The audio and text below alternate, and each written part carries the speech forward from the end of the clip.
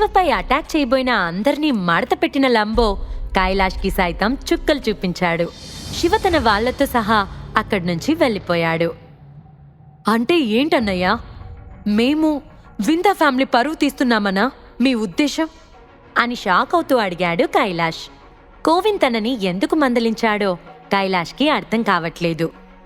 నోరు ముయ్యండి, నాకు మీ మీద చాలా కోపంగా ఉంది. ఇక్కడి నుంచైనా మీ ఇద్దరు మీ పనులు మానుకోండి అని మొహం మామూలుగా ఉన్న గొంతులో మాత్రం గాంభీర్యం తగ్గకుండా అన్నాడు కోవింద్. అతని కోపం చూసి ఎదురు మాట్లాడే ధైర్యం లేక నోరు మూసుకున్నారు ఇద్దరు. విందా ఫ్యామిలీలో కైలాష్ స్థానం, కోవింద్ స్థానం వేర్వేరు. కోవింద్ ఆధీనంలోనే ఇంకా కైలాష్ పనిచేస్తున్నాడు. ఇప్పటికీ ఆ కుటుంబ భారాన్ని, బాధ్యతలను కోవింద్ మోస్తున్నాడు. ఇది ఖచ్చితంగా చరిత్రలో రాసి పెట్టుకోవాల్సిన రోజు అని తనలో తాను నిట్టూర్చాడు కోవింద్. రక్తస్రావం అవుతున్న కైలాష్ కాళ్ల వైపు చూశాడు.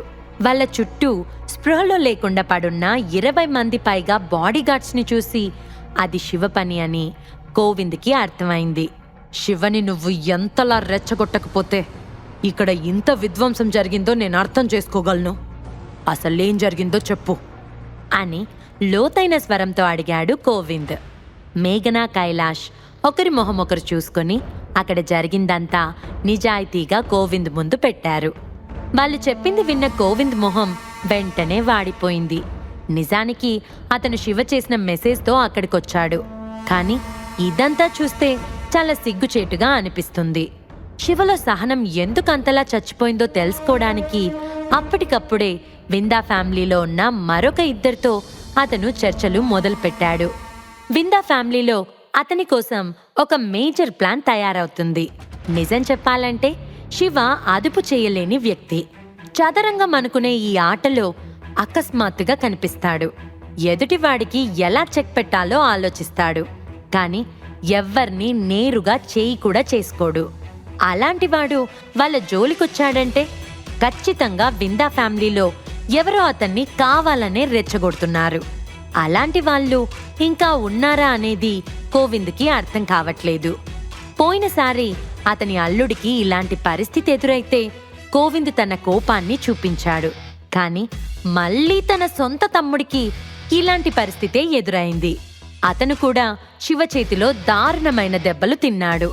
చివరికి విడిచిపెట్టమని బ్రతిమలాడుకోవాల్సి వచ్చింది.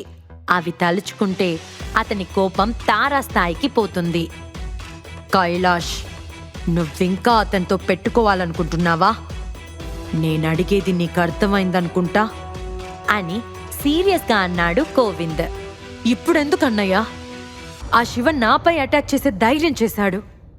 నేను తిరిగి పోరాడకపోతే విందా ఫ్యామిలీలో నాకు మళ్ళీ పరువు ఉంటుందా? నాకెవరైనా కాస్తన్న మర్యాదిస్తారా అని కాస్త కోపంగానే అన్నాడు కైలాష్. కోవింద్ ఎందుకు అతనికి ఎదురెళ్ళొద్దని అంటున్నాడో కైలాష్కి అర్థం కావటం లేదు. అవన్నీ నీకు అనవసరం, నువ్వు నన్నేమీ అడగొద్దు అని గంభీరంగా చెప్పి, ఒకవేళ శివ మీపై అడుగు వేయాలని చూస్తే దానికి తగ్గట్టు రివెంజ్ నేనే తీర్చుకుంటాను. అతనిని ఎలా కట్టడి చేయాలో నా ప్లాన్స్ నాకున్నాయి. అలాగే మేఘన, నువ్వు కూడా మళ్ళీ శివ జోలికి వెళ్ళకు. నీకేమైనా మతిపోయిందా? శివ భార్యతో నీకు పోటీ ఏంటి? అయినా నీ స్టేటస్ ఏంటి, ఆమె స్టేటస్ ఏంటి? అలాంటి వాళ్లతో నీకు పోటీ ఏంటి అని ఇద్దరి మధ్య నేలకి ఆకాశానికి తేడా చూపిస్తూ అన్నాడు కోవింద్. మేఘన మొహం పాలిపోయింది. కోవింద్ అలా అంటాడని ఆమె ఎక్స్పెక్ట్ చేయలేదు. ఉక్రోషంగా, నేనెందుకు సురభితో పోటీ పడకూడదు అని అడిగింది. అసలు ఇదంతా నీ వల్లనే మేఘనా. విందా ఫ్యామిలీ అంటూ నీ వెనక లేకుంటే శివ ఎప్పుడూ నిన్ను చంపేసుండేవాడు అని గంభీరమైన స్వరంతో అన్నాడు కోవింద్.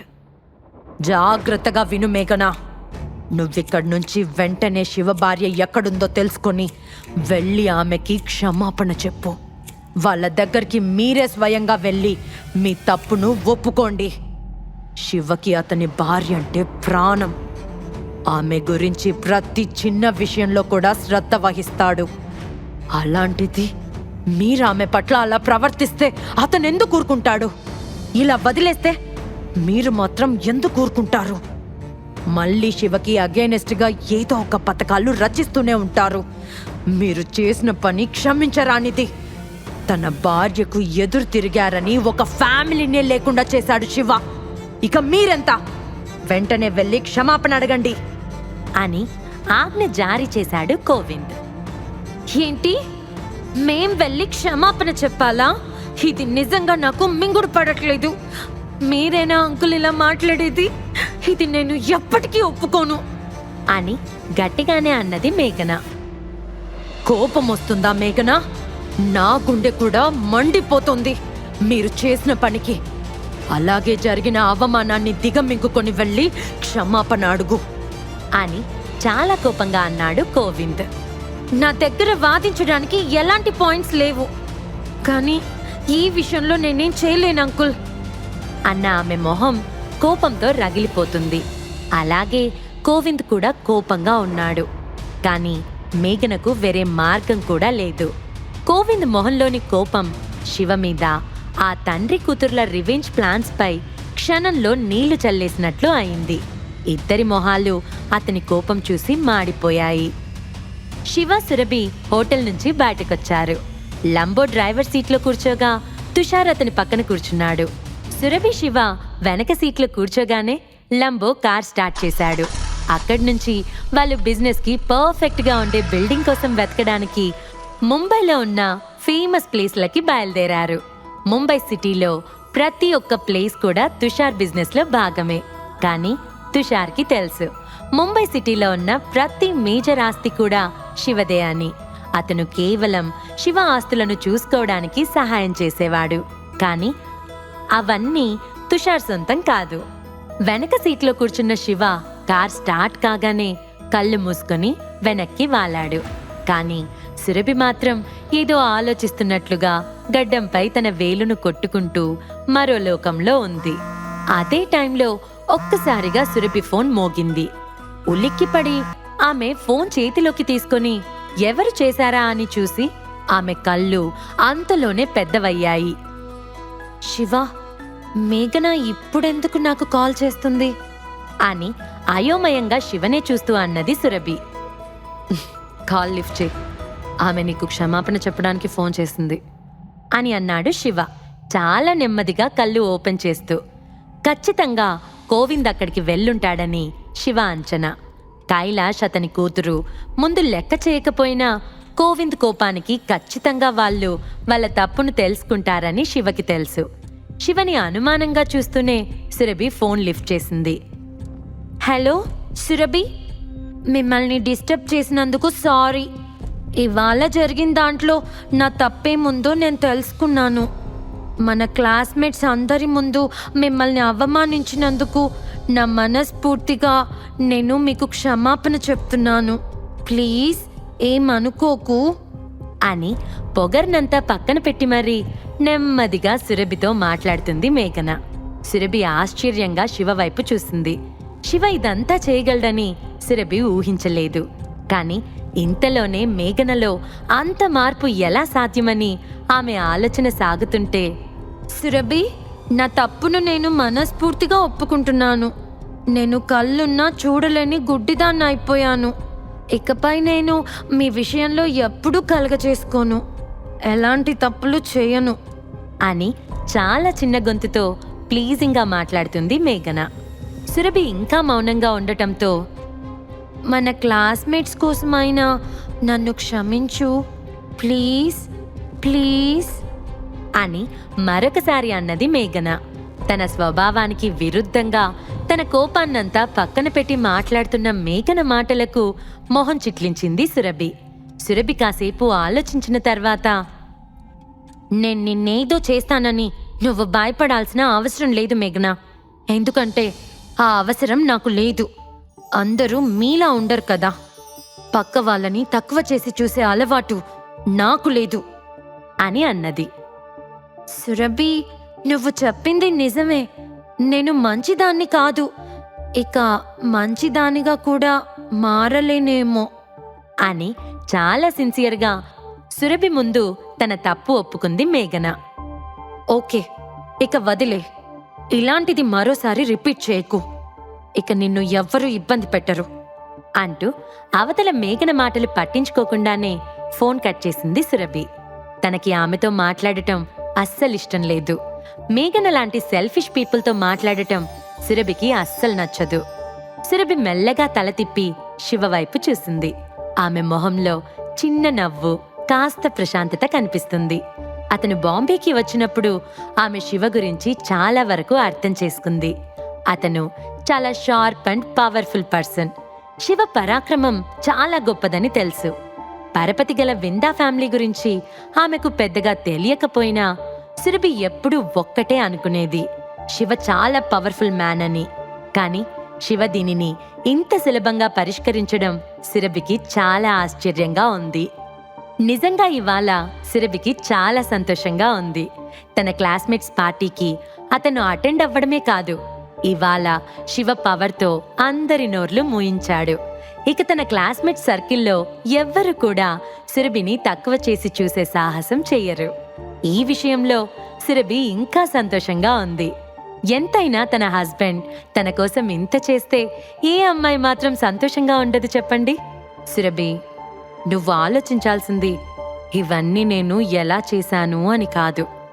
నేను నీ పక్కనుంటే ఎవ్వరూ నీ జోలికి రారు, నిన్నేం చేయలేరు అనే నమ్మకం నీకుండాలని మాత్రమే నేను కోరుకునేది అని మెల్లగా నవ్వుతూ అన్నాడు శివ.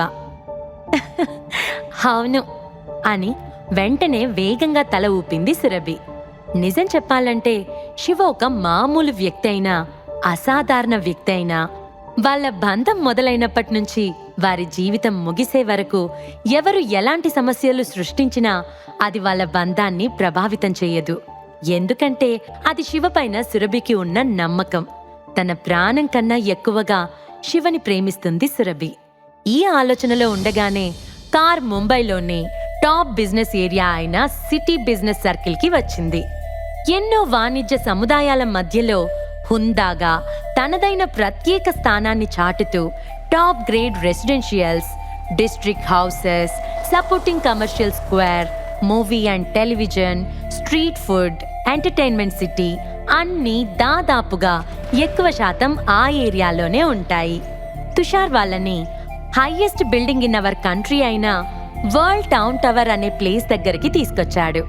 ఈ భవనం ముంబై సిటీలోని కేంద్ర ప్రాంతమైన సిటీ సర్కిల్లో ఉంది. నిజం చెప్పాలంటే ఇది ముంబైకే కాదు, దేశానికి కూడా అత్యంత ఎత్తైన కమర్షియల్ స్క్వేర్. నిజం చెప్పాలంటే ఈ కమర్షియల్ స్పేస్ నిర్మాణ రూపకల్పన కూడా చాలా అద్భుతమైనది. Top most engineers and interior designers తో నిర్మించబడింది. ఈ బిల్డింగ్ ని ఎటువైపు నుంచి చూసినా అబ్బురపరుస్తూనే ఉంటుంది. ఇదే ఈ వరల్డ్ టౌన్ టవర్ ప్రత్యేకత. సురభి, మన కంపెనీకి హెడ్ క్వార్టర్స్ ని ఇక్కడ స్టార్ట్ చేయాలని నేను అనుకుంటున్నాను. నువ్వేమంటావ్ అని నవ్వుతూ అడిగాడు శివ. ఏంటి, మీరిక్కడ మన హెడ్ ఆఫీస్ ని స్టార్ట్ చేయబోతున్నారా? అది ఇంత ఎక్స్పెన్సివ్ ప్లేస్ లో? వావ్ అంటూ ఆ బిల్డింగ్ ని పైనుంచి కింద వరకు చూసి, నాకు అస్సలు నమ్మాలని అనిపించట్లేదు, మీరు చెప్పేది నిజమేనా అని షాక్ అవుతూ అన్నది సురభి. ఆమె జ్యువెలరీ గ్రూప్ పెట్టడానికి ఏదో ఒక కమర్షియల్ స్పేస్ కి తీసుకొస్తారని అనుకుంది. కానీ ఇంత హై రేంజ్ సురభి ఎప్పుడూ ఊహించలేదు. ఇక్కడ నేనేమి కొనట్లేదు, కొనాలనుకోవట్లేదు కూడా. ఓన్లీ మన బిజినెస్ కోసం రెంట్కి తీసుకుంటున్నాను అంతే అని నవ్వుతూ అన్నాడు శివ. సురభి ఇంకా ఆశ్చర్యం నుంచి తేరుకోలేకపోతుంది. పద సురభి, మనం బిల్డింగ్ టెర్రస్ పైకి వెళ్దాం. నేను నీకోసం ఒక సర్ప్రైజ్ ప్లాన్ చేశాను అంటూ శివ సురభితో పాటు ముందుకు నడిస్తే అతని వెనకాల లంబో తుషార్ కూడా వెళ్లారు. కళ్ళు చెదిరే ఎలివేషన్స్తో ఉన్న బిల్డింగ్ ని గ్లాస్ డోర్ లిఫ్ట్ నుంచి ఆశ్చర్యంగా చూస్తూ బిల్డింగ్ లో ఉన్న టాప్ ఫ్లోర్ కి వెళ్లారు అంతా. ఇప్పుడు ఆ బిల్డింగ్ మొత్తం శివ ఆధీనంలో ఉంది. బయట వాళ్ళెవ్వరూ తన అనుమతి లేకుండా లోపలికి ప్రవేశించడానికి లేదు. శివ సురభికి ఎలాంటి సర్ప్రైజ్ ప్లాన్ చేశాడు? గోవింద్ అండ్ విందా ఫ్యామిలీ శివపై ఎలాంటి రివెంజ్ ప్లాన్ చేస్తున్నారు? శివ వాళ్ళని ఎలా ఎదుర్కోబోతున్నాడు? సురభి తన ప్రేమని శివపై ఎప్పుడు ఎక్స్ప్రెస్ చేస్తుంది? ఈ ప్రశ్నలకు సమాధానాలు తెలుసుకోవాలంటే నెక్స్ట్ ఎపిసోడ్ వినాల్సిందే. క్రింద ఇచ్చిన లింక్ ని క్లిక్ చేసి పాకెట్ ఎఫ్ఎం యాప్ ని ఇన్స్టాల్ చేసుకోండి. Stay tune to pocket FM.